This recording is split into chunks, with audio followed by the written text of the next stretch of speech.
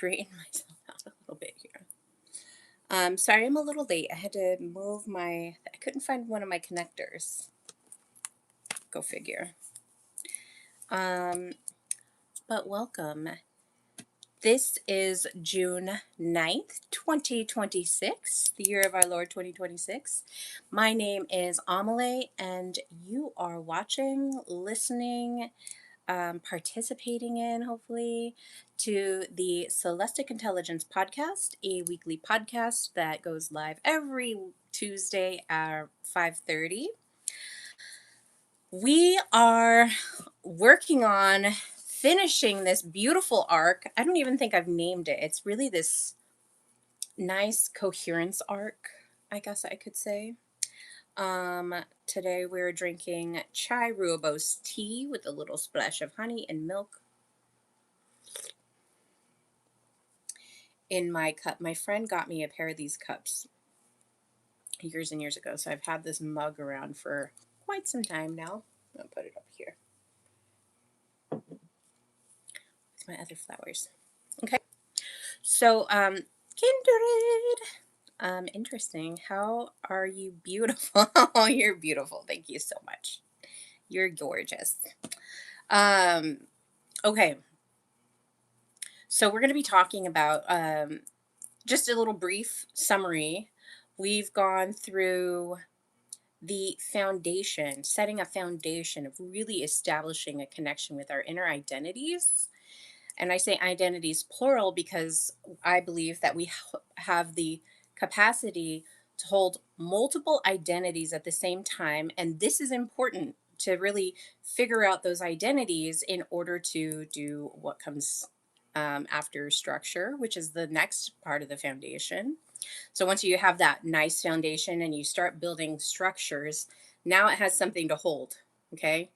And then once you have that structure put together, then we add in the direction. So this is movement. How do we operate in time? How do we translocate? Really having a place to come back to as well, because now we're establishing a really nice, beautiful, full body coherence to really be able to come back to your structure that you've created so wonderfully and beautifully and connected with.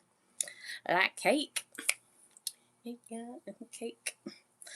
Um, so we talk about movement in time, which, was retro causality and really looking at thresholds, going from the end of something to this unknown space, which is that liminal threshold space, into something new, which is completely unknown and can kind of cause a lot of fear, which is where we're kind of at right now with going from this information digital age into a more AI space. And I have lots of thoughts on it. And so we're going to be talking a little bit about it today.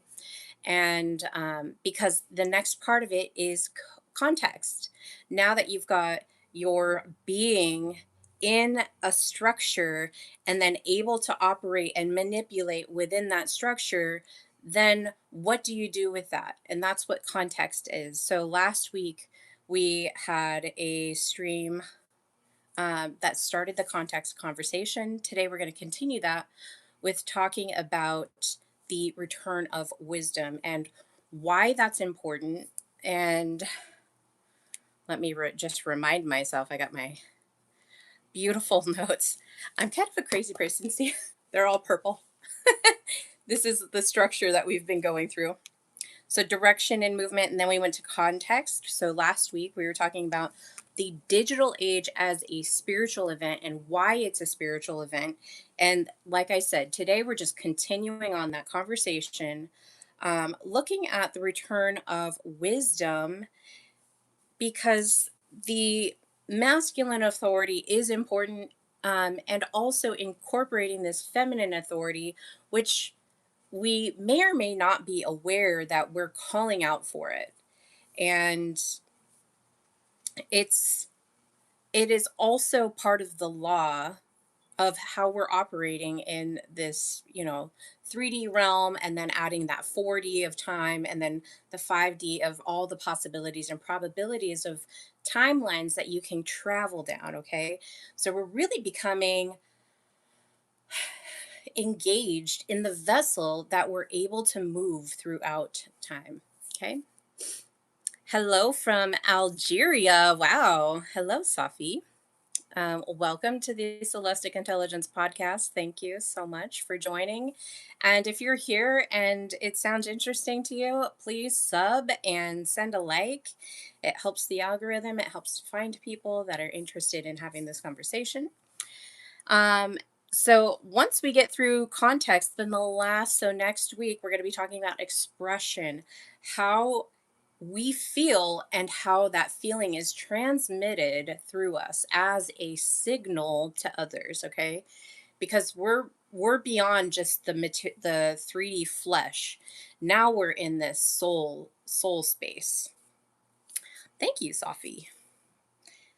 Algeria.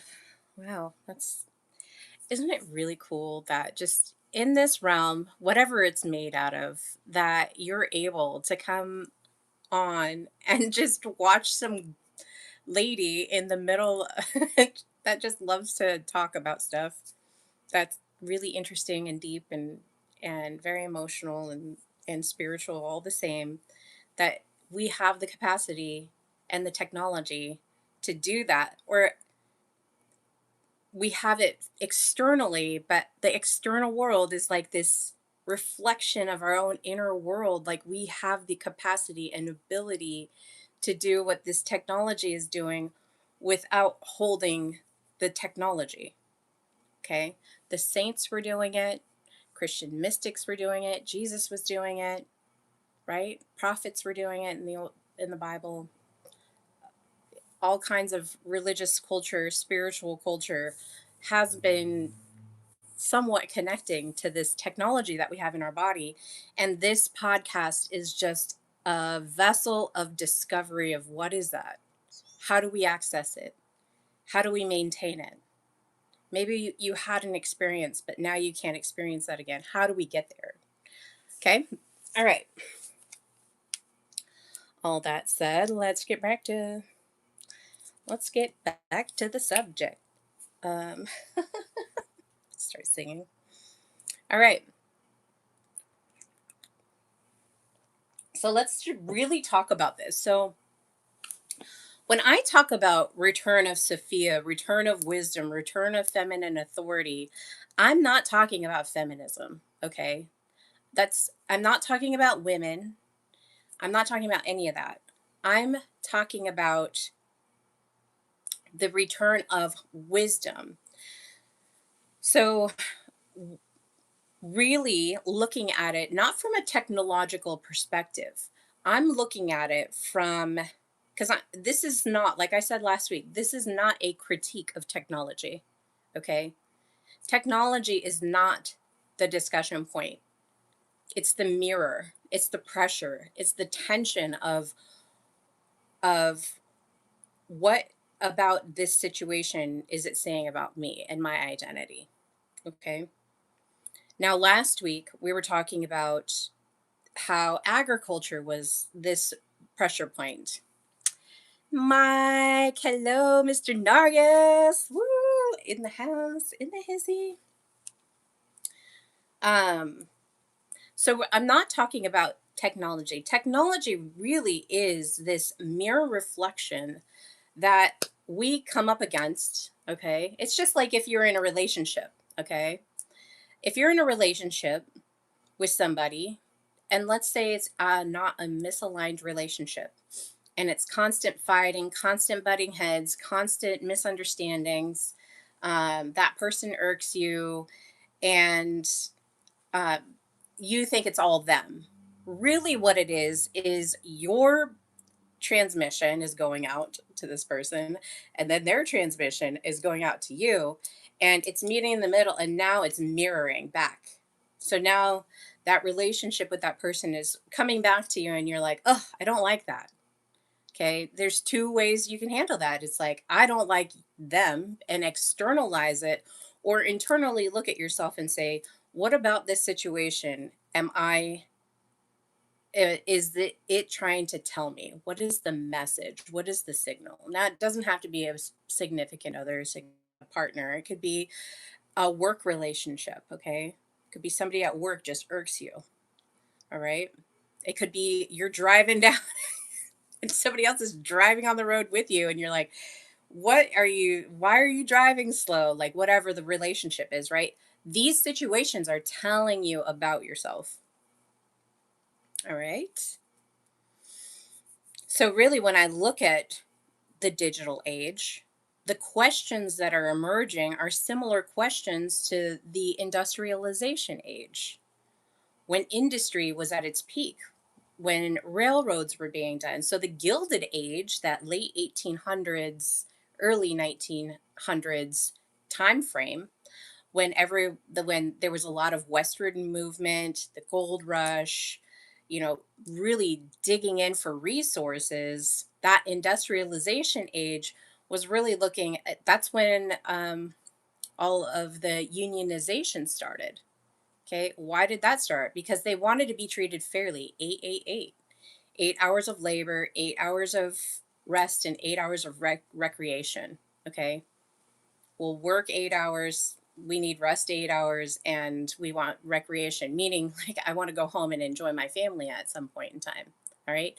So during that time, they were looking at, the people as a society were looking at, what is my identity and what does time and what does labor mean to me?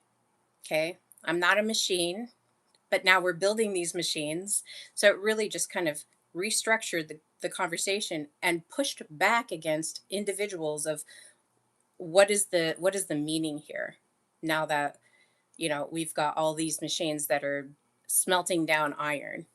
Okay. McKinney Ministries. Hello, Deborah. Hello, Dr. J. I don't know if it's Jerry, like young Jerry or old Jerry, but whoever it is, welcome, welcome, welcome. Okay. So when I talk about the return of wisdom,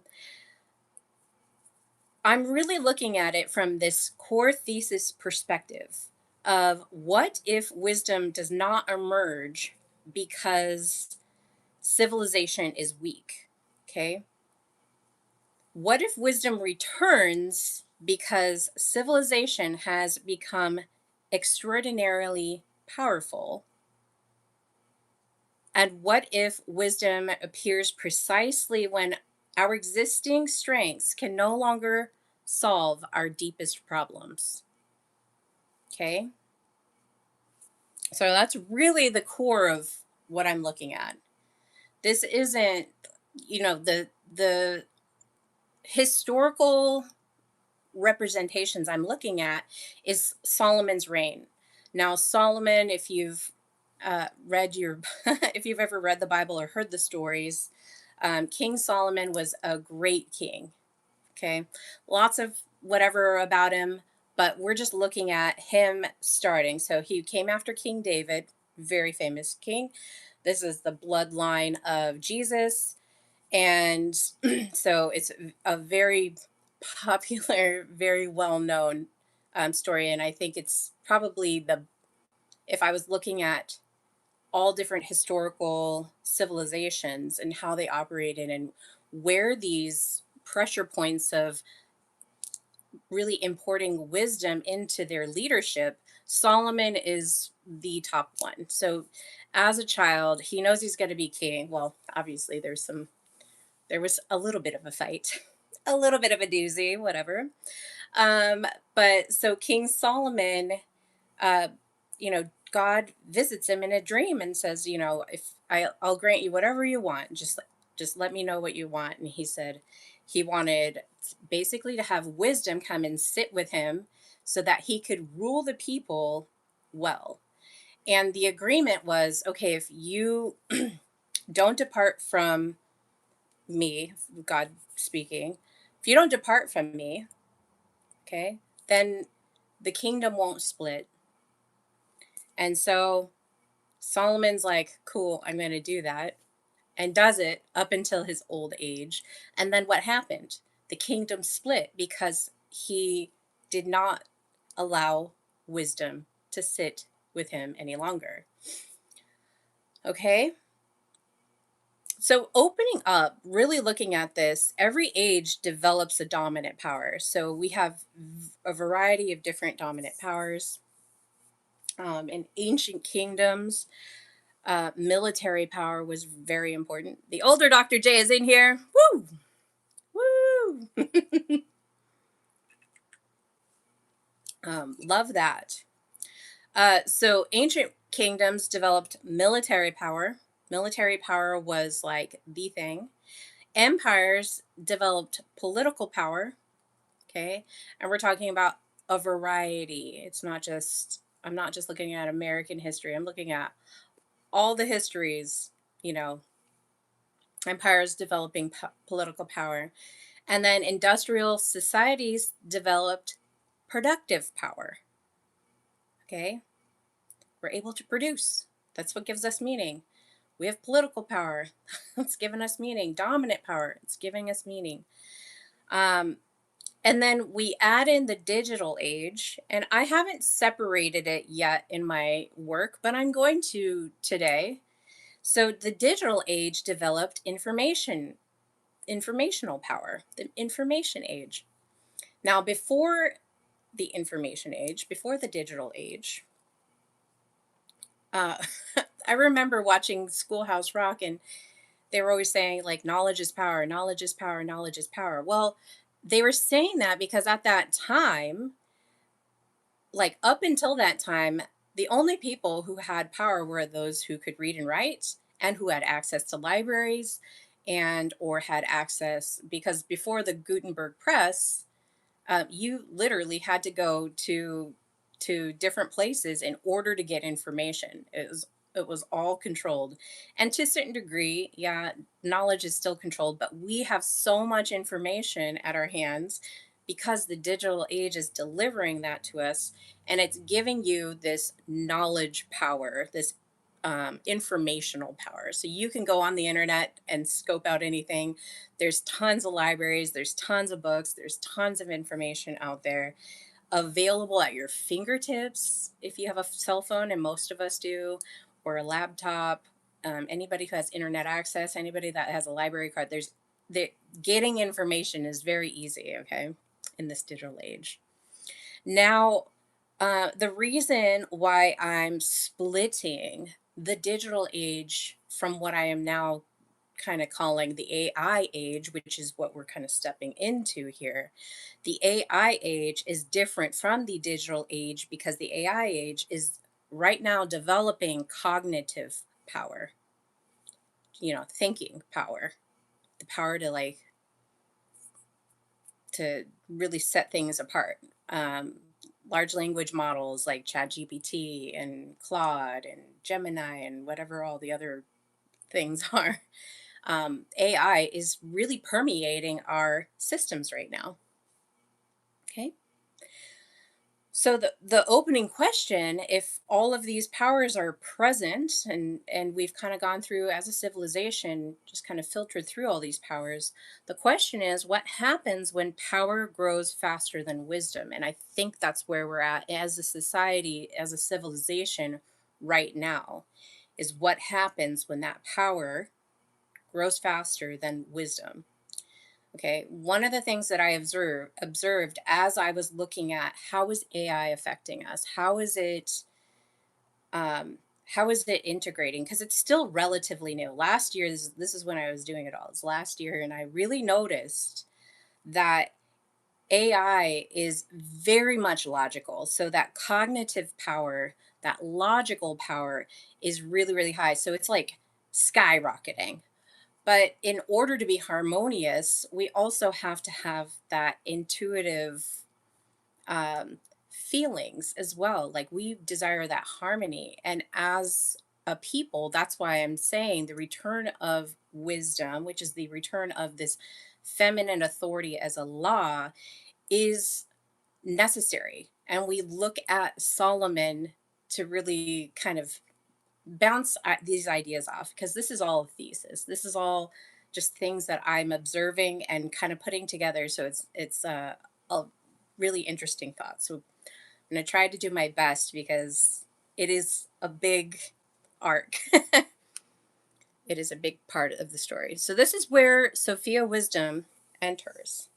And so what is Sophia? So Sophia is not just like, oh, it's feminine energy, it's a goddess mythology, it's some sort of esoteric symbolism, okay?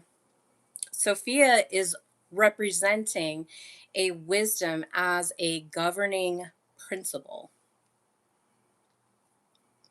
Breakfast or for the silly questions. This thing asked me questions. Okay, so Sophia represents wisdom as a governing principle. We need to have wisdom in our life, that discernment, right? The ability to discern, which is what Solomon demonstrated in his reign, is this discerning wisdom. So it's that ability to discern when the right timing is, what the right action is, what the right relationship is, what are the long-term consequences of a thing. Okay? So knowledge knows, intelligence can calculate, all right? But wisdom discerns. That's the discern there. Okay, so moving on, the historical pattern of Sophia wisdom, um, looking at one of the most important observations, wisdom traditions rarely emerge at the beginning of expansion cycles. Okay, they rarely emerge at the beginning of an expansion cycle. If it was there, it would have been there, maybe 20 years ago, maybe 30 years ago, when we were kind of going through this digital expansion of where we're at. It really emerges when expansion reveals the limitations.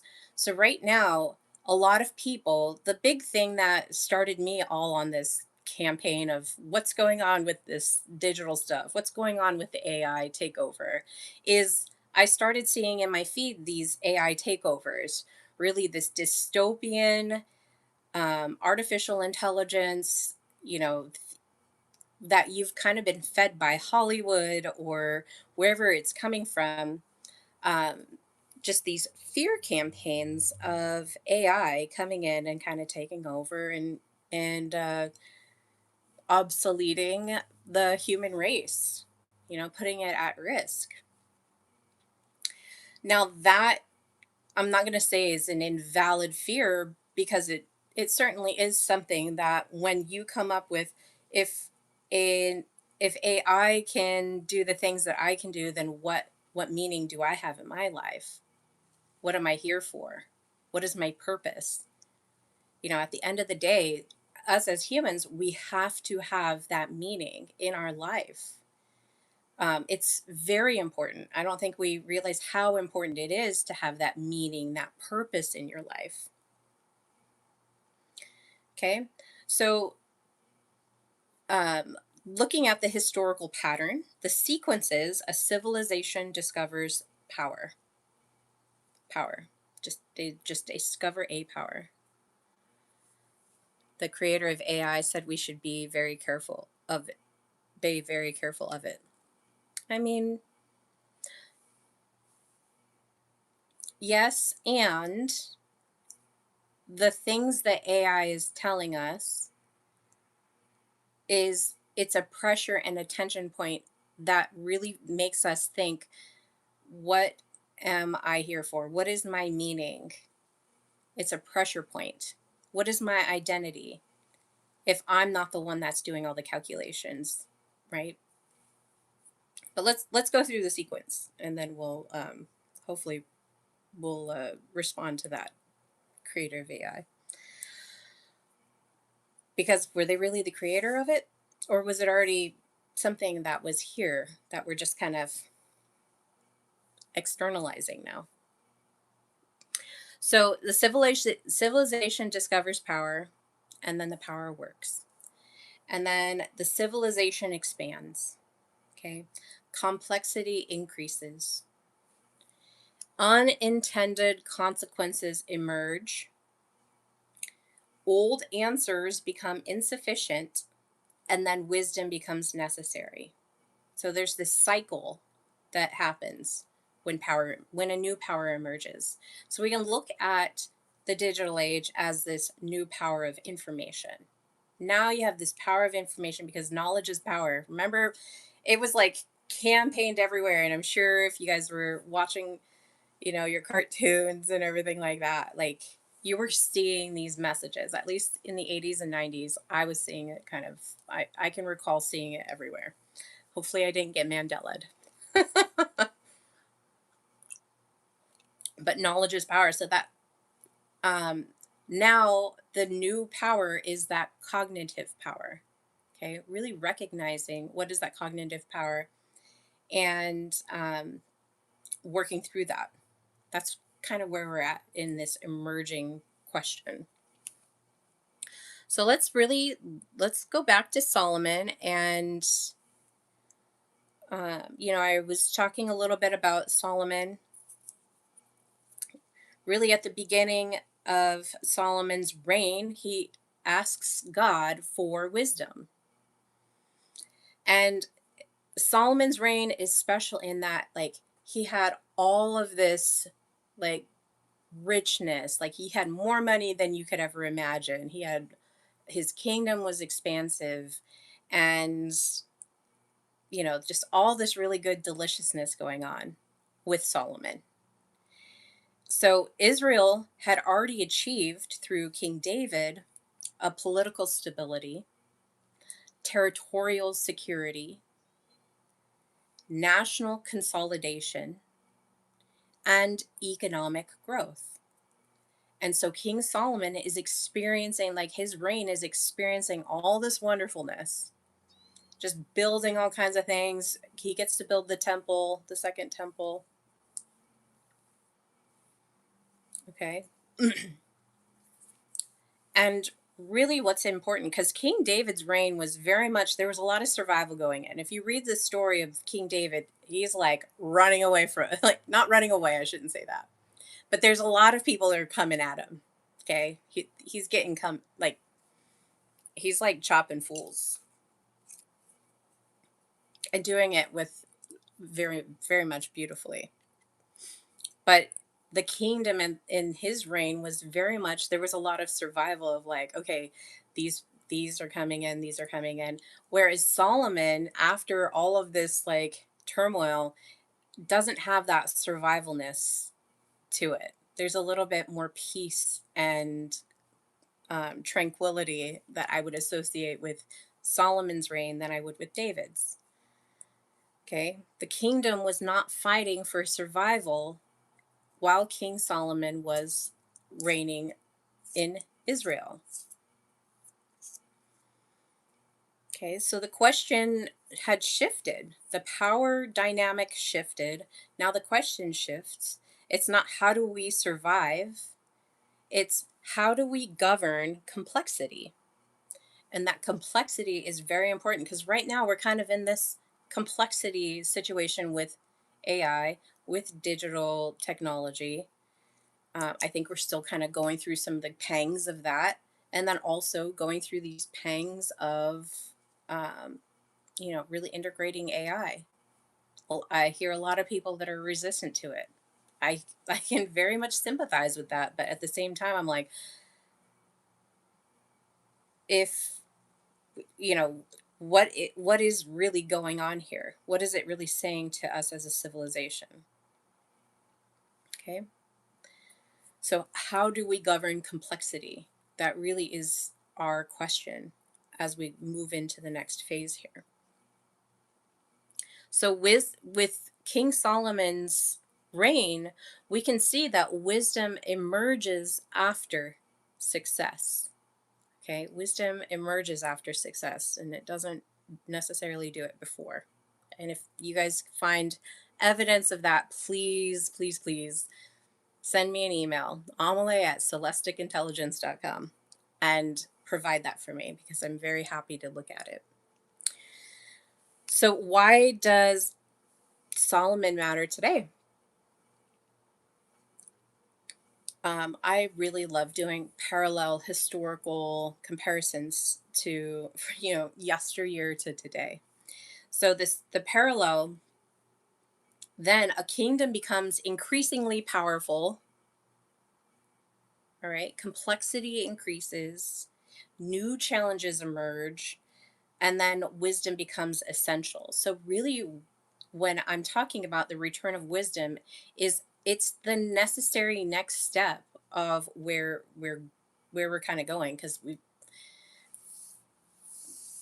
I don't even know what our peak would be. But if we're looking at it from a digital perspective, like an informational perspective, we're very much peaked, and we're so overabundant in information. We've greatly peaked. We're exhausted because we have so many options of how to find out an answer. Okay? So human civilization now has become increasingly powerful. The complexity has increased, and we are experiencing new challenges coming up. So, again, that wisdom is going to become essential.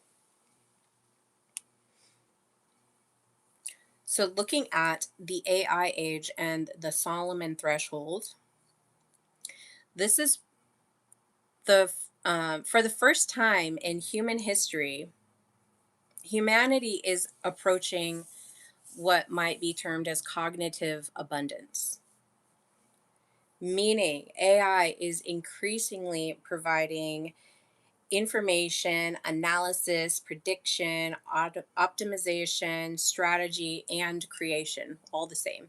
It's able to do all kinds of cognitive functions. Okay. So our question is shifting as we enter this AI age. That question is shifting. Not can we know more? We know a lot. We're able to gather a lot of information. It's what should we do with what we know? And what should we do with what we know is a very much a wisdom question. Fundamentally, it's not looking at it as an intelligence question. This is a very much a wisdom question, because we're looking at existentially, what are we going to do with what we know? All right. So I do want to go, as we're looking at the AI age and kind of going into it and comparing it, why would wisdom need to be there? So AI is excelling at calculation, optimization, prediction, pattern recognition. And when we think about Sophia, now Sophia really concerns finding meaning, all right? The ethics of a thing, finding beauty, um, intuiting the right timing, obviously discernment, and then also stewardship of the information that you have, and how are we using it appropriately. Um, and a lot of the times we often say, or at least I've said, it's like, I'm not a machine. I can't be on 24/7. Like, I need rest, which is very much that feminine authority of knowing that rest is actually going to give you a lot more ability to do some of these other things that, we enjoy doing. So machines, they answer, can we?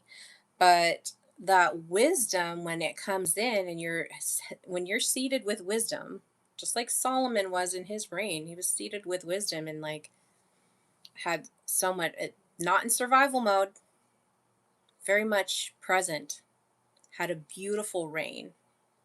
Okay. So that machine is going to ask, can we do it? And we certainly can. I mean, looking back at my life, there was a period of time where I was like, I'm just going to hustle. I'm just going to do the thing. Can I do it? Yes. Can I do it? Yes. Can I do it? Yes. Not stopping and thinking, should I do it? It was, can I do it? And I very much have shifted that. Now I go, I really check in with myself. I know I can do it, but do I want to do it? And is it really necessary for me to do it? And that's a wisdom feminine authority coming in and saying, maybe let the other maybe let somebody else handle it if they think it's that really that necessary. I'm not going to give my energy over to this thing or that thing. I'm giving that my energy to things and being very intentional with it, because a couple streams ago I was telling you guys, attention, or maybe it was last week, attention is your most valuable resource that you have. In fact, it is being farmed right now, whether you know it or not. Your attention is being farmed. So, what are you paying attention to? Okay. So, that Sophia asking, should we, that wisdom asking, should we do the thing? That's the return of the feminine energy that I'm talking about, that return of the wisdom. And the increase of AI is only making that question even more and more potent to each and every one of us, because it's challenging our identity. Okay. Um, there's people that say, I had this website and I could pay a person to come and manage the website. But what I did is I just went to some AI, whatever, and I said, hey, fix my website. And they were like, in less than 30 minutes, I had a website up that was like decent. I had a website up that I was able to use. So when we start looking at how that is changing and transitioning our commerce, our e-commerce, um, then we start looking, okay, should we do that? So you're going to start to see a lot of transitions, because we're in this threshold moment of transitioning in from a digital age, information age space into AI age, where artificial intelligence is able to do a lot of the cognitive things that, you know, are probably burning us out right now, anyways. Like, how do we still maintain our agency and our humanness while this is just being rolled out? And it's being rolled out. The businesses are rolling it out. Okay. All right. Moving on to the next section, the conditions that historically call wisdom forward. So, throughout history, wisdom tends to rise when several conditions converge. And Mike, I just want to say that yes, that question, we should be very careful of it, is a thing. And also, we should be checking in with how we are, like, what message is it telling us? Am I afraid to use it? Am I afraid to investigate, what it is all about? Or am I just kind of being fed and seeded what I think AI might be? All right, so let's look at the conditions. So one of the conditions is complexity, and I did mention that at the beginning. So complexity starts this. Systems become difficult to navigate. So that's part of that complexity, is when the systems that we have become difficult to navigate. I mean, you guys, using a phone is difficult for me to navigate, and I'm pretty good around technology, but just my desire to actually engage in it is very, very low. Just like, oh, I don't even want to. Can't something else do it? So, complexity, when systems become difficult to navigate. in Rome. They got so big, but they were having a hard time navigating how they were going to manage. It kept on getting bigger and bigger and bigger until one day it popped and then it's all decentralized. Okay? So we look at these systems that we're under, like even right now, the complexity of the financial system, the complexity of the housing system, the complexity of the supply chain systems, how we're managing those complexities. Like you can kind of see them; they're trembling and shaking because it's becoming more and more difficult to navigate those things, right? So success exhausts itself is the next condition that, like, where wisdom comes in. So the dominant model works but has side effects. So that success exhausting itself is a condition, right? The next one is material gains stop solving meaning problems. So people will start to discover that more information, gather all the information, but more information does not equal understanding. More wealth does not equal fulfillment. And more productivity does not equal purpose or meaning. Okay. Now we might identify with those things like, oh, if I have more information, then I'll be able to understand a thing better. Or if I have more money, I'll feel a lot safer. Or if I'm able to produce more, then I'll have meaning and purpose in my life. Okay. But those things don't necessarily equal. They do not equal. So that's when the material gains stop solving your own personal meaning, your own personal purpose, why you're here. All right. The next one is existing institutions losing credibility when the old narratives become insufficient. All right. I was shocked and surprised that COVID like held up as well as it did. Because the whole time I was like, I could see that it was a narrative. And they were using all of these systems in place to like continue it on. But I was looking at the numbers and the statistics, and I was like, I never saw it go above, I think it was like 1 point, maybe not even 1 point. Maybe it was 1 point. But I was looking at the numbers, the data from the state of like how many people were hospitalized, how many people were dying, and I was doing all the math, and I was like, but it's only like it's less than 98%. The rate is less than 98%.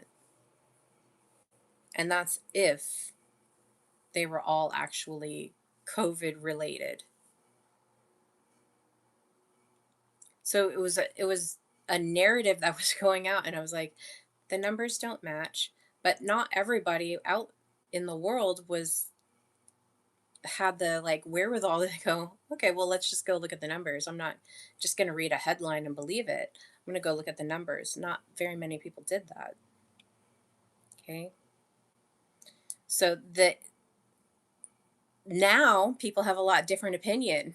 Now people can hold really strong opinions about it. But if you held a strong opinion about it then, it was like, you know, you're going to be ostracized from whatever society because it was just a separation. There was a huge separation going on. So that is a narrative that, you know, sometimes holds sufficiency, or some people think might be sufficient enough evidence that it was a thing. But a lot of people that I hear, they're like, oh, yeah, I was totally I'm like, okay, I didn't hear your voice out there. Okay. But when we look at these other institutions, when we, like even in the education system right now, the reality is not just financial. Okay. We have a population problem right now. So, in order for a population to grow, partners need to be having at least two to three children per family. And the reality is it's been under two for quite some time. In fact, it's starting to affect uh, institution numbers for, higher education, for example. That is one of the institutions that is experiencing, some of these old narratives of overpopulation. But now we're going to see kind of the crumble of effect of not having enough um, babies to replace the dying populations. Okay, so a lot of the structures are going to start to not just lose credibility, but they're just not even going to be able to be functioning. So that's something that is also changing, um, the way that we're interacting in life.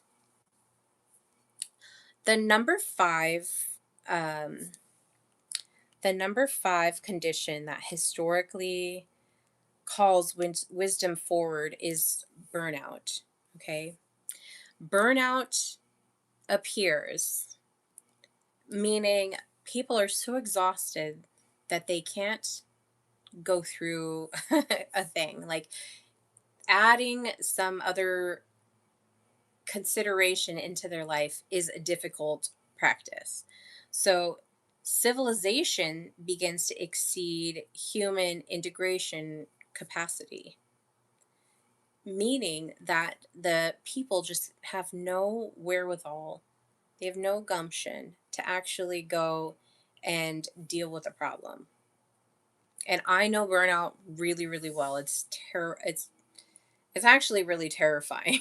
The level of burnout that I was in was so much so I couldn't even lift my arm. Like I was mentally was like telling my body like put your arms up to the keyboard, and like I literally it would not function, and I was sitting there like, "Oh my gosh, what is going on with me? I'm only like in my mid 30s." This isn't happening. That's how bad burnout can be. And so I sympathize deeply with the people that are experiencing burnout right now, where they're working two or three jobs just trying to keep their house and home together. Okay.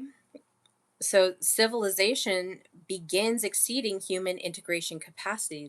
The capacity for them to keep up with the civilization lifestyle is too much for them to keep up with, and they just can't keep going, going, going. They're like, can we? Is like kind of I need to. I just have to do the thing, to the point of where it's just like your body will just tell you, nope, it's time to rest. You're not going to be able to lift your arm. That's how deep it can get. Okay. And then finally, the last one is power outruns wisdom, which helps define that condition. Now, return of wisdom is not return of women. Okay. This is very important to distinct between the two. Like I said, this is not about feminism. This is not like a pro women conversation that I'm having. This is a feminine authority coming in and harmonizing the things that are just in chaos right now. So it's not female dominance. It's not matriarchy. These are not the conversations, and it's definitely not anti-masculinity, because these energies are both important. But you can't just run on all patriarchal energy. You can't run on all masculine energy. Otherwise, it's just go, go, go, go, go, go, go. We must incorporate that feminine energy. Resting is so important for you. Your body needs it. I talk about being in survival mode all the time. It's like you don't have that feminine authority within to just pause, slow down, and rest. And your body needs that. Your body needs that. Your body needs it because it needs the nutrient replacement or even just to use the nutrients. So, really engaging with that feminine energy of rest is important. So, Sophia represents qualities modern systems often neglect. So, just think about, your interaction with any systems that you're in, listening, okay, stewardship, discernment, patience, integration, and relational thinking. All right. Incorporating our modern systems are starting to incorporate that because it's important. It's important, but it's been neglected for a long time. And these beautiful things that I'm talking about, these beautiful qualities, right? These are human capabilities. As a human, you're able to access these. Your capacity is able to get in there. And it's nothing with to do with gender. In fact, if I think about patience, like patience, I think about a really strong man that's just like very grounded and just listens and doesn't react. All right. I did a really beautiful article last year on uh, Substack. Like, what? Where was that? On Substack about the emotionally intelligent man and the qualities that he has. Patience is definitely up there. We need to bring back manufacturing everything else so we are self sustainable and not reliant on any other country. I mean, I think at a certain point, if we look historically, the the civilizations and their respective, governances eventually, if you especially if you look at like the Roman Empire, eventually they go back to this decentralized system. So that very well may happen, Mike. Okay. So the Sophia wisdom that gets neglected, that is important and is getting reincorporating again, is listening, stewardship, discernment, patience, integration, and relational thinking, that interpersonal relationship. Okay. And that's all part of emotional intelligence. Emotional and social intelligence is like really being having those things there.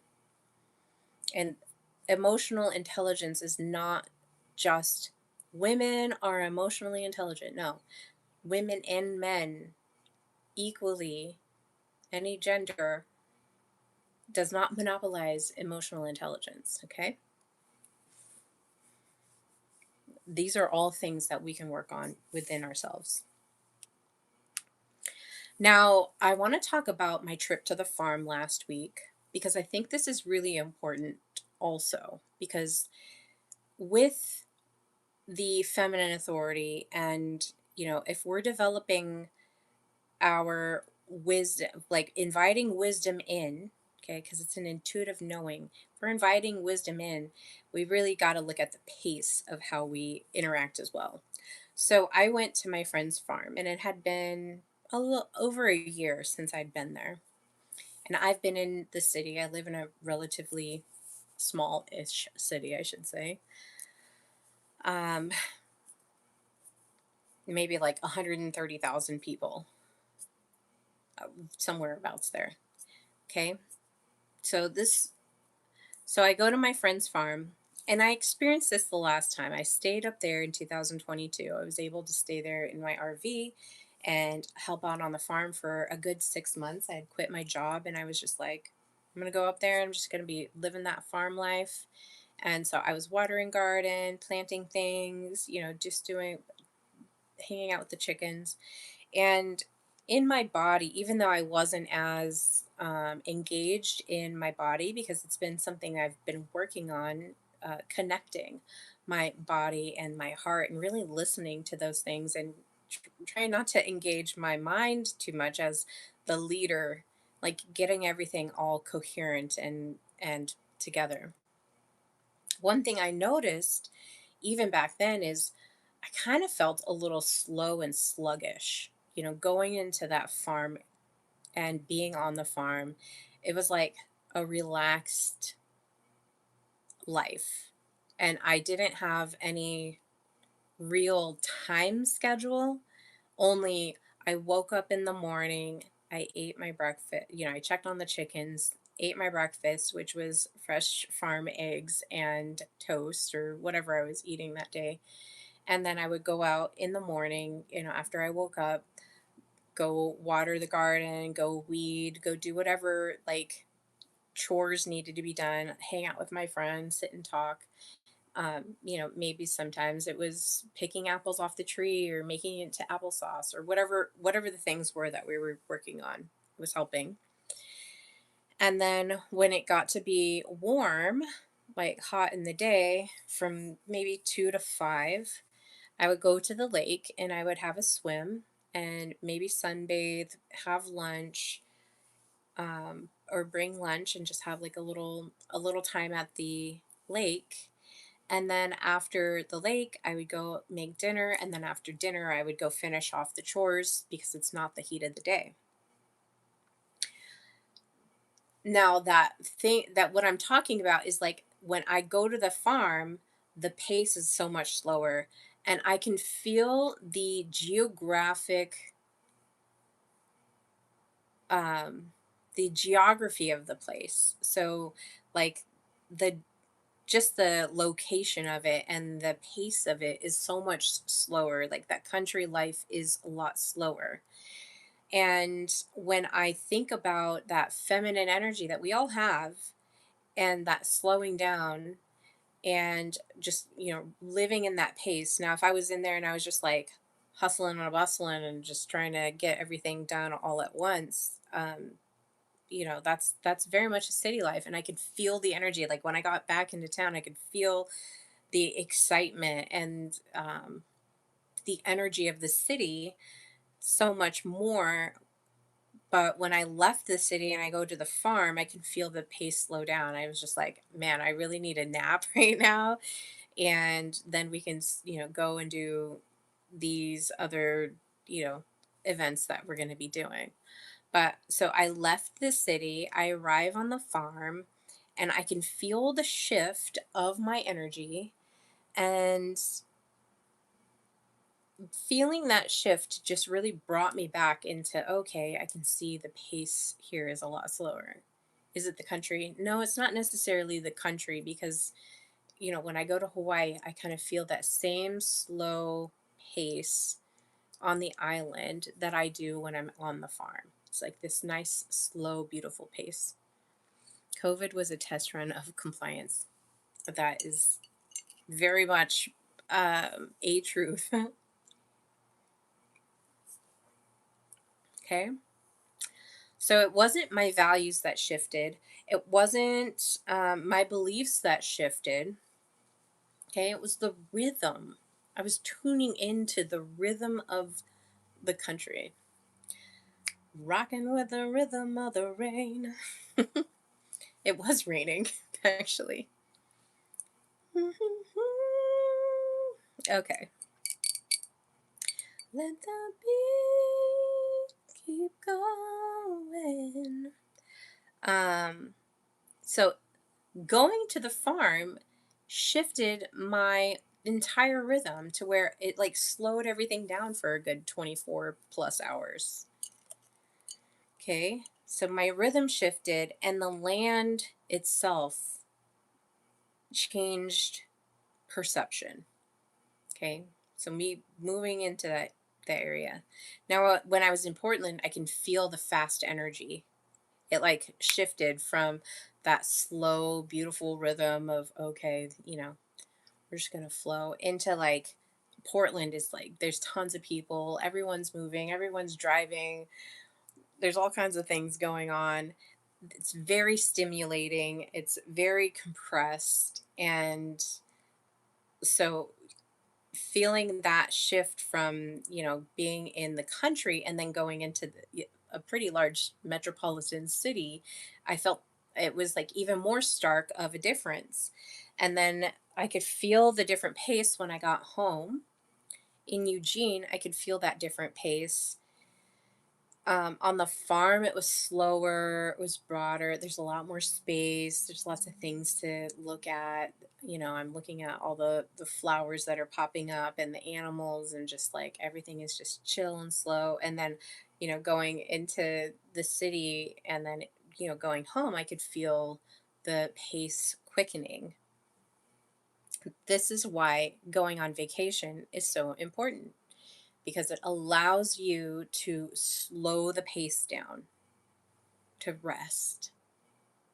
And I think we don't give ourselves enough credit to um, take those vacations and go to places where it is intentionally slower than the current pace that you're in. Now, if you're working from home and you're out in the country already, your pace is probably fine. But if you're in the city, you can definitely feel the pace quickening and not really allowing you to rest. So, make your space. Like if we're embodying wisdom, we're creating our space to be the most restful space.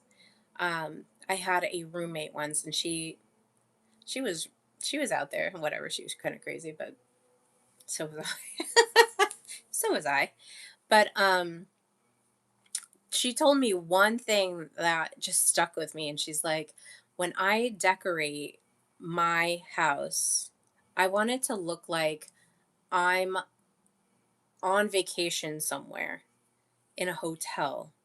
So she had, aquarium, she had these big beautiful plants, the colors, looked like a really nice hotel colors, lots of neutrals, and it was her flavor and style. And so, but I took that with a lot of heart. Now, my room is a little bit more bright and rambunctious. Like I have a lot more um, color in mine. I've got, lots of flowers, but still like these really relaxing tones. I don't have any bright lights. I don't like cool light. Everything is warm lit, and it's not coming from the center of, you know, the center light switch or whatever. It's coming from lights that are just ambiance instead.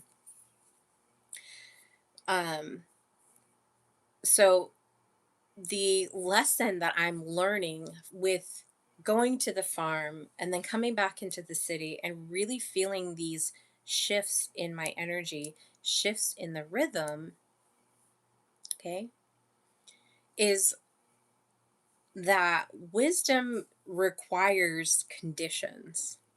Wisdom requires conditions. Okay. Certain environments are going to naturally encourage observation, patience, listening, and integration. So maybe you make it a habit to go out into nature and really just kind of unplug if you can. I know that it's really hard. It's really easy for me to say this, and I know how hard it is to be in burnout and actually go into this embodied state of rest, because I struggled with it for many, many years. I struggled with it. I was like, how do I relax? And I was just like trying to intellectualize, okay, what are the steps that I need to take to actually do it? And that's just not what, like, wisdom doesn't operate like that. And it really just takes embodying that, of actually slowing down and unplugging from the things that are causing these disruptions in your in your system, in your rhythm, right? There's lots of energy out there. Like I said, being on the farm, it was like this really nice, relaxed rhythm. And I needed it at the time. So that 6 months that I had there was like the perfect rhythm for me to kind of go into this slower than where I was. Because in my anxiety, it was like, it was high and fast. But when I was at the farm, it was like, okay, you can slow down. You don't have to, there's no pressure. You know, if the things get done, they get done. If they don't get done, they don't get done. And that was a really beautiful pace and rhythm for me to enjoy and actually begin to embody. Now, after that, I went to Hawaii, and that, I'm telling you, if like I had some of the most wild experiences because I was able to slow down and I was able to listen and I was able to integrate. Okay. So it's a beautiful thing that farm life really, like us moving away from having that farm life, that agriculture, um, that agriculture question, moving away from that, what that farm understood as far as rhythm and the wisdom of it, because you're really close with nature, and yeah, there's definitely some things that are jarring there. Um, we culled some chickens, we culled some turkeys. There's cows on the property, there's pigs on the property. You have there's beavers and otters and hawks and all kinds of things that are coming in and disrupting that. So it's not necessarily peace all the time, but it's like something you can see the rhythm of, like you can see the nature of it. So the farm life, that country life, that slow life, understands what modern civilization, like when you go into the metropolitan city, when you go into the city at all, it often forgets that you cannot rush a harvest. Hello, I am from Oregon, just talking about Portland and Washington. Okay, so moving on, the feminine nature of wisdom, okay, is really embodying down, slowing down. And that's when observation can land even harder. And it sounds counterintuitive because I think we think that knowing and pursuing and all that stuff is going to gather all that knowledge, and then once we have all the knowledge, then we'll have understanding. But really what happens is, it's when you slow down and you just observe, you don't even interact, you can just observe, when um, that wisdom, the intuitive knowing, lands even um, stronger. So the Sophia wisdom often moves through cycles, through seasons. Think gestation and maturation. Um, Industrial minds might think how fast, and the wisdom is asking, is it ready? Is the timing right? Remember, we were talking about the right timing, the right moment, the right relationships. What's going on? Just finishing up a podcast. Just talking about wisdom. So Sophia Wisdom is asking, is it ready? Is it the right time? Is it the right part of the cycle? So when I'm looking at the cycle of the ages, and I see, okay, we've got this informational power, but that it feels like that is peaked. Now the power that we're looking at is the cognitive power that is coming through AI. And so naturally I'm going to look at, okay, what part of the cycle are we in? Kind of in the beginning cycle. What season are we in? We're in the beginning of that. How long has it been going on? Maybe the digital age cycle is like ending. It's at this end of it's at its mature area, the mature area of power, and what happens with that. If we look historically, what's been going on. So the technological mind asks what is possible, and Sophia's asking what is wise. Okay, what's the wise move? I did a tarot reading on myself, and I picked a card. I can't remember which one it was. And normally it's associated with confusion, but it really isn't confusion for me. What landed for me is there's an overabundance. So it's confusing in that there's so many options, there's so many choices, there's so much abundance available that it's hard to decide which one to take.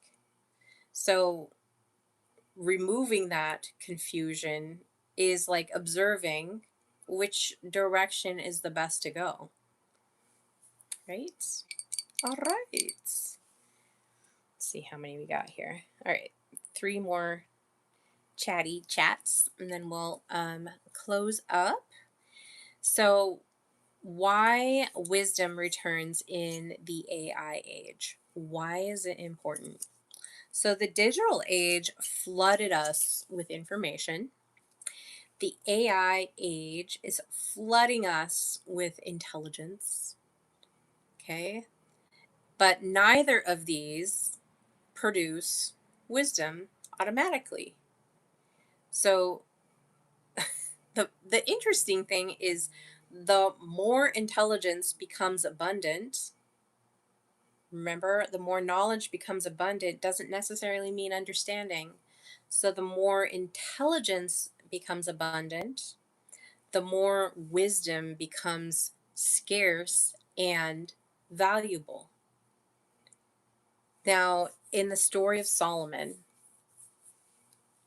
Solomon is known to have be the most discerning, and uh, the story gives me chills. But just because when Jesus was recalling the story, but we'll talk about that in a little bit. Um, so there's a figure called the Queen of Sheba, whom they don't know where she came from. Many speculate Ethiopia. So if we look at Ethiopia, and I've done this quite a bit because I was just so fascinated by this. But so the Queen of Sheba is going from Ethiopia all the way to Israel. And if you look at that on a map, that's a long ways for not having uh, Qatar Air, right? They're walking, they're using animals to get from point A to point B. Now look at that. I think it was like, I can't remember the exact miles, but it's like 2,000 miles. Like me going, it's me going from where I live to like Missouri, however long that took. And with all of the gold and the gems and the whatever and the people and the food and however they were, it wasn't an easy trek, right? But she goes from modern day Ethiopia all the way to Israel to go see King Solomon because everyone's just talking about how wise he is. And so she goes and she tries to test him. She ends up making it, right? She makes it there. She tries to test him, asks him a lot of questions, and is just so enamored by his wisdom. Okay? So that tells us something that, they had a certain amount of power, but in that power, that wisdom is scarce and very valuable to to be to have to seek. So I hope that people that are listening to the podcast are encouraged to really dig deeply into, how do I access my wisdom? Where is that coming from? And once you access that wisdom, because information is so abundant, intelligence is so abundant, um, that this wisdom is a valuable source. What's going on? Oh, we're just podcasting about the return of Sophia wisdom. Um, the beautiful thing is, after this, after the story of Solomon, when you read about the Gospels of Jesus, Jesus talks about, this is where it just gets so fascinating to me. He says, the queen, the queen of the south rose up to go meet Solomon, and behold, a greater than Solomon is here. And so if you look at it from a different perspective, it's just even more potent and even more powerful of, like, even though Solomon had great wisdom and this great kingdom and all this stuff, that we have even more access to an even, yeah, to even more wisdom, right? Because it's a greater than Solomon is here. So it's very valuable. It's what Jesus was imparting to us. That wisdom is very valuable.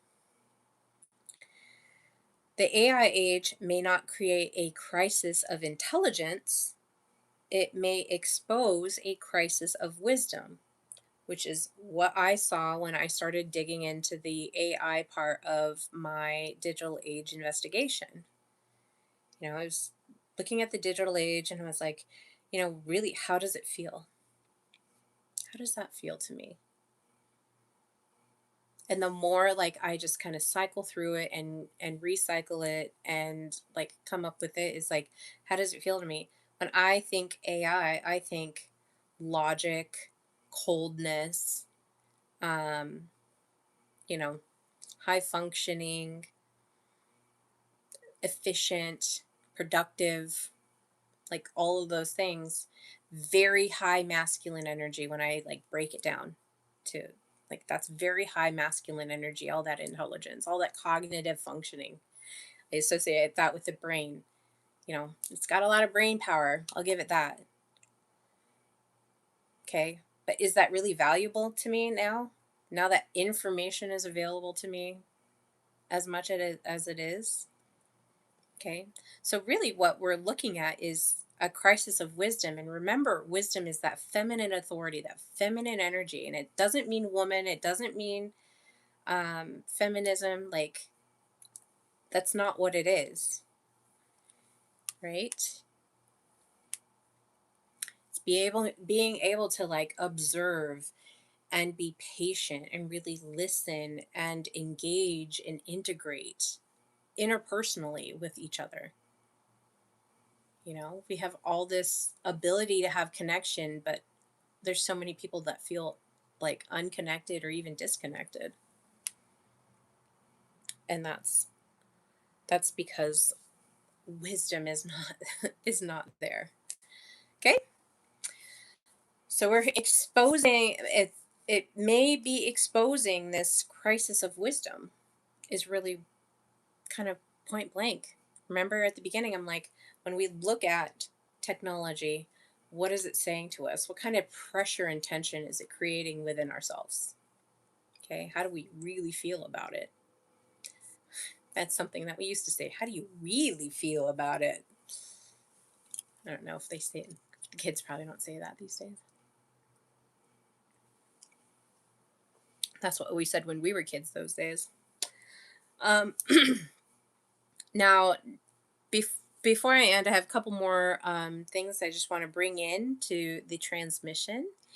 One is the great reversal. So for centuries, civilization rewarded speed, scale, production, what can you produce, Optimization, can you do it efficiently? And accumulation, can you hoard it well? All right. And now those successes may generate new questions, right? If you watch my last podcast and we're kind of continuing the context conversation today, um, those successes generate new questions now. Now we have the speed. Now we're able to scale. Now we're able to produce. Now we're able to optimize. Now we can accumulate more. Um, but the new questions are, what is enough? What is enough speed? What is enough accumulation? What is enough optimization? What is meaningful? What purpose is it for me to accumulate all these things? What's wrong? Oh, nothing's wrong. We're talking about the reversal of the great reversal. So we're looking at what is meaningful, what is giving us purpose in our life. Okay. Last week I brought up the girl. There was a girl on, I think it was on TikTok. I'm going to find that video. But there was a girl on TikTok and she's like, I don't understand why.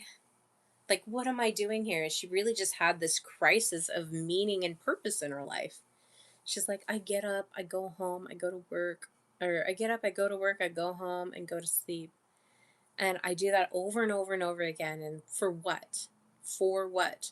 Really engaging in this question of what is the meaning of this? What is the purpose of this?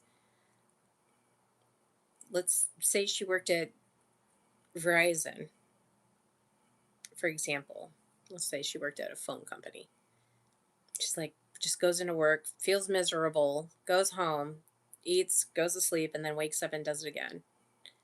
Like some of the horror stories I hear from Amazon, it's like kind of the same thing. Yeah, you're getting paid a lot, but you're basically being treated like a machine, you know? So, really looking at, is the work I'm doing really meaningful and purposeful to bettering myself and civilization as a whole? We start to ask these questions once we come up to these, you know, tension and pressure points in as a civilization. The other questions that may be generated is, what is worth preserving? Sometimes I'll go to a grocery store and I just look at all the options that are on the grocery store shelf. And I think to myself, how much energy was it to manufacture that off brand cheap piece of garbage that I'm looking at for $3.99 on the shelf? Or like little kid toys that you would get out of the Finger Hut. I don't think it's Finger Hut, was it? There was another one. The old magazines, just these little cheap things that like maybe you would even get out of a 50-cent machine or something like that at a restaurant. Sometimes I'm looking at that, I'm like, is that really worth preserving? Like, what function is that really producing? Or is it just creating all of this excess wasted energy of like, I don't know. It just doesn't seem valuable to me. It's just going to end up in a landfill and somebody like paid for that. Um, Somebody was making these like little 3D like little creatures or whatever, and they were selling them for 50 cents. And I was like, oh, that's kind of cool. This, you know, little 8-year-old, 9-year-old kid got a 3D printer and is making all these things. But then I'm like, is that worth preserving for a long period of time? And if that person passed away, like, what happens to that thing? So I start looking at, like, is this meaningful? Is this worth preserving? Is this lifestyle and commerce structure worth preserving? Right. The other questions are, what serves life? What serves life? And what creates coherence? Now, remember, coherence is connecting your brain in agreement with your heart in agreement with your body. Oh, wow, I can feel your energy. Oh, you're so sensitive today. I love it. Um, but these are the wisdom questions that we start really engaging in once you entertain that coherence within yourself, that agreement, so that you're grounded enough to kind of look at things in different perspectives and observe just the way that things are. And then with that, you can have this knowing or this gnosis and intuition from your heart space of, this is what's meaningful, this is what's enough, this is what's worth preserving. um, a friend is planning on they were planning on buying a new home, so they have a home, they've been in it for like 10 years, so they've got a and over the last 10 years very it's increased in value, obviously. And they wanted to do a transaction where their child could get that house, and they could put down a down payment on another house in another region. And instead of, and maybe the things change, maybe the terms will change, but the current estimated value, which may be ballooned and inflated, um, is what one of the owners wants to take and not benefit the child. And the other one is like, I want my child to be able to afford this home. Can we give them an affordable price and not take the full value of the home, but give them a house that has value and still have a sizable chunk to put down on our home? And they're in a disagreement right now. But for me, when I think about that, I think about it in a very different way. I'm just like, I would want my child to have the greatest benefit because they're worth preserving. For them to have to go and get their own first home somewhere else would be, it's really difficult these days.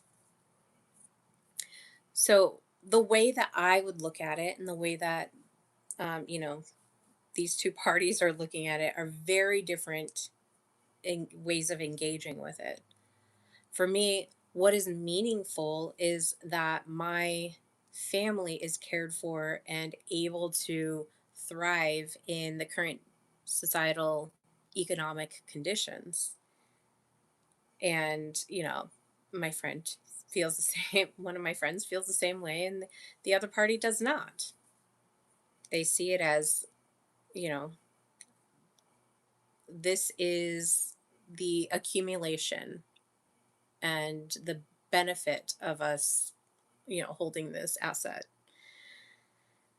So that's really, we can really just pull apart these different things that we engage with in life and really look at these with another lens, this wisdom lens, because now you're in coherence. What is going to create coherence with me? When I think about my son, I'm like, okay, what can I do today that is going to benefit him in the future? You know, if anything, what actions am I doing today? Can I do today that are going to benefit him in the future? Maybe it's I buy him a really nice car now and we use it as a family vehicle, and then once he gets to be of a certain age, then he gets to inherit that vehicle and then have something solid that will get him around if he needs to get around, and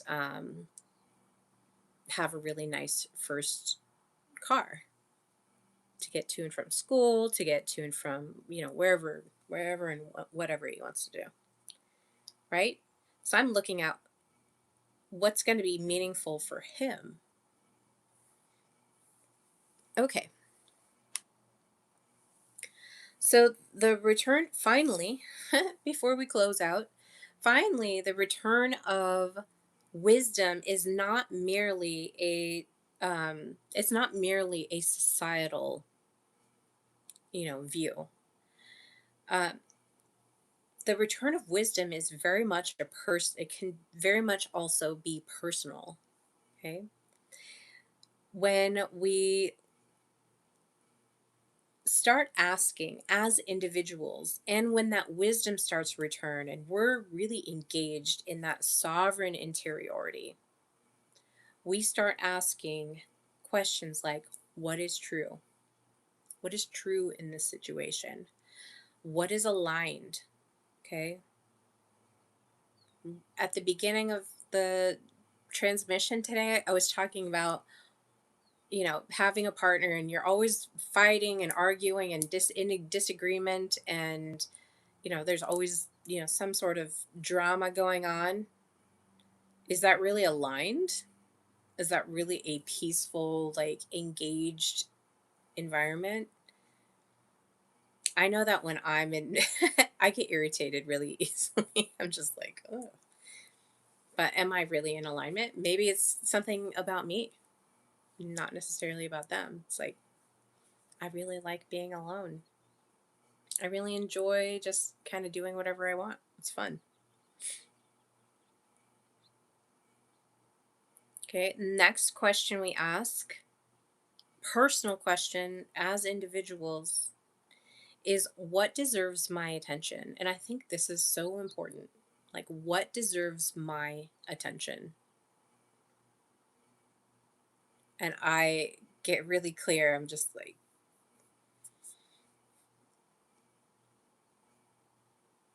I kind of get a little savage about it nowadays, just because and I've had to get rid of really long term relationships. I've had to bury my parent. I had to bury my uncle, my grandpa, all in the last 5 years. Like these, it, like I've had a lot of losses.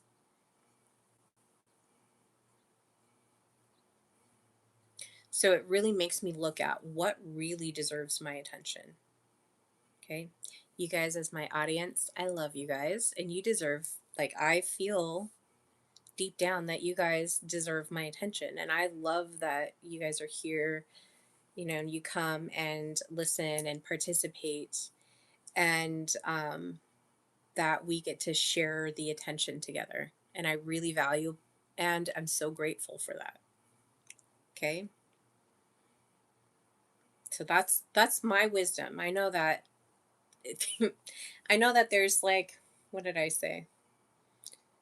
64 billion or 64 million different YouTube channels, and you can watch any of those YouTube channels, but you come into my space and we share this time together.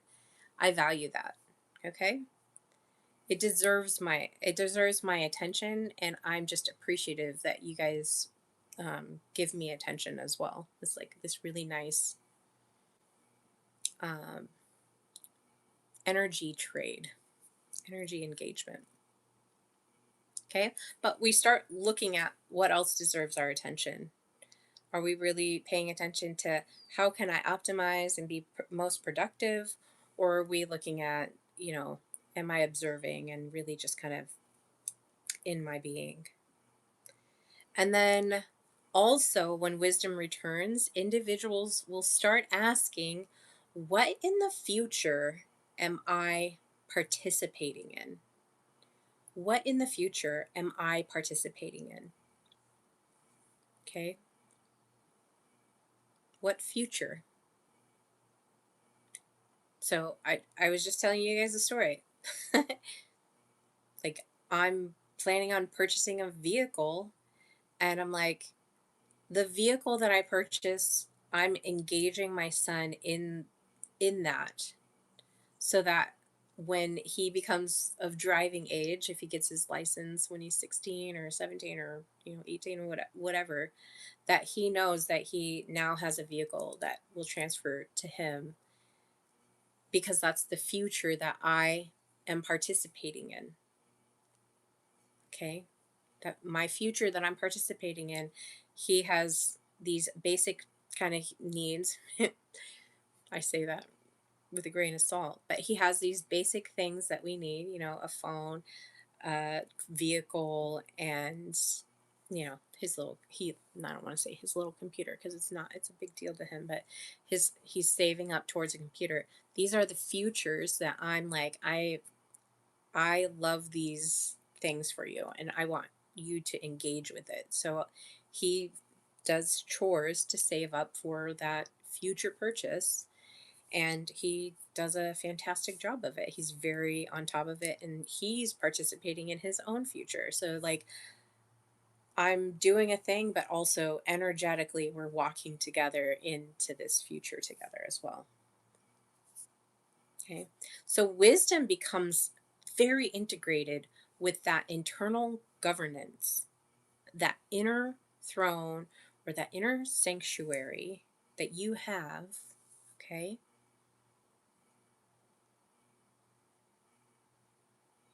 It's very personal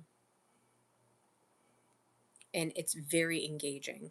And once you start to participate in these things, you'll start to look at different interactions that you have in your life, um, with more power.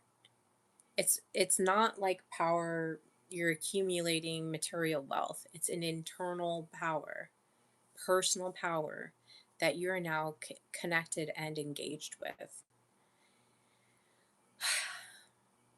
Took a long time to get here. Took a long time. A long time. Mm-mm-mm. Okay. It's always got to be goofy at the end. Okay. Um, so that is the transmission today. Very beautiful. So Solomon lived at a time when power had become abundant. All right. And for the first time, humanity is approaching a world where intelligence itself is abundant. Okay. We're going to start to see it blossom even more. So if you feel like you saw a thing, like just hold on to your britches because it's going to get even more, it's going to accelerate. Okay, we're just now entering into this AI age. And maybe it's been going on for since 2016, but right now it's just like really accelerating quickly. So when intelligence becomes abundant, the question is no longer can we know more? Okay? That digital age really set this foundation of knowledge, and we have that knowledge available to us. And now we're looking at intelligence itself. What is it? How how is it integrating? Okay. So the final question isn't can we know more? It's have we become wise enough to live with what we know? Okay? Very deep.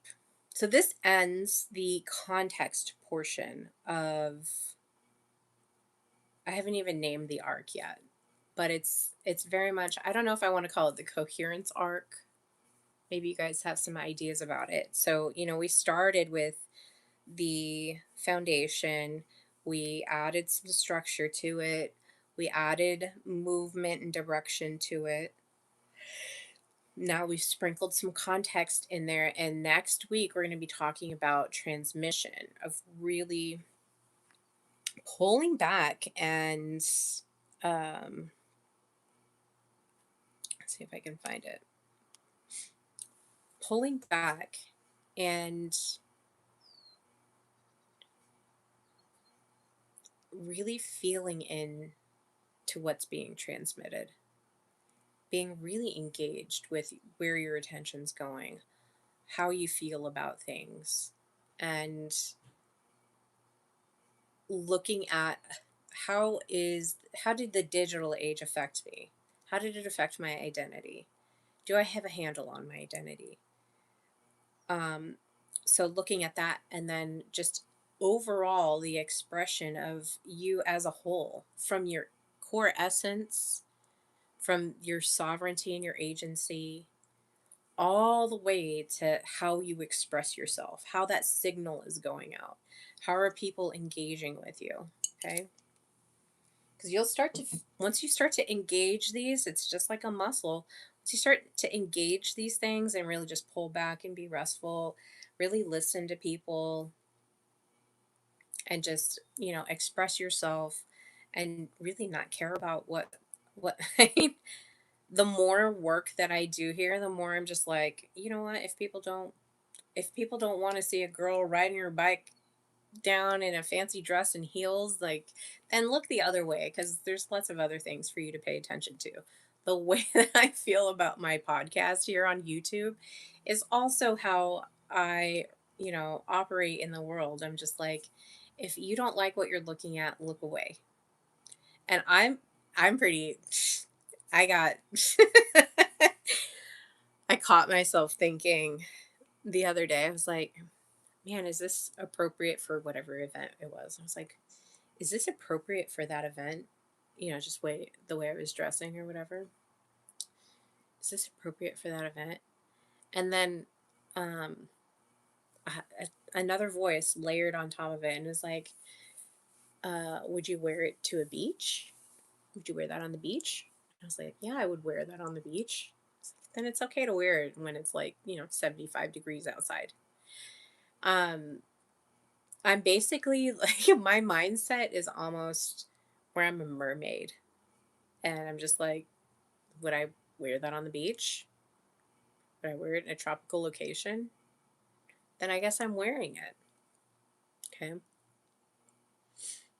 That's just kind of off topic, expressing myself in a very silly way.